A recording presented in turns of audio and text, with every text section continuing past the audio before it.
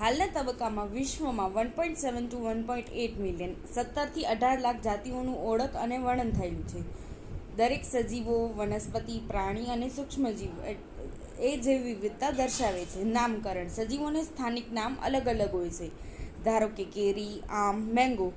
નામ આપવાની પદ્ધતિને નોમેનક્લેચર કહે છે. નામકરણ એ ચોક્કસ નિયમોને આધીન હોય છે. સાયન્ટિસ્ટ નેમ: વૈજ્ઞાનિક નામ. વિશ્વમાં દરેક જગ્યાએ સમાન હોવું જરૂરી છે. સાર્વત્રિક નામ જરૂરી છે અને વૈજ્ઞાનિક નામ પણ જરૂરી છે.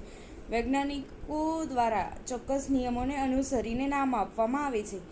ICBN international code for botanical nomenclature વનસ્પતિનું નામકરણ. ICZN international code for zoological nomenclature પ્રાણીઓનું નામકરણ. ICNB international code for bacterial nomenclature. ICVN international code for virus nomenclature. આ નામ આપવા માટેના ચોક્કસ નિયમો છે.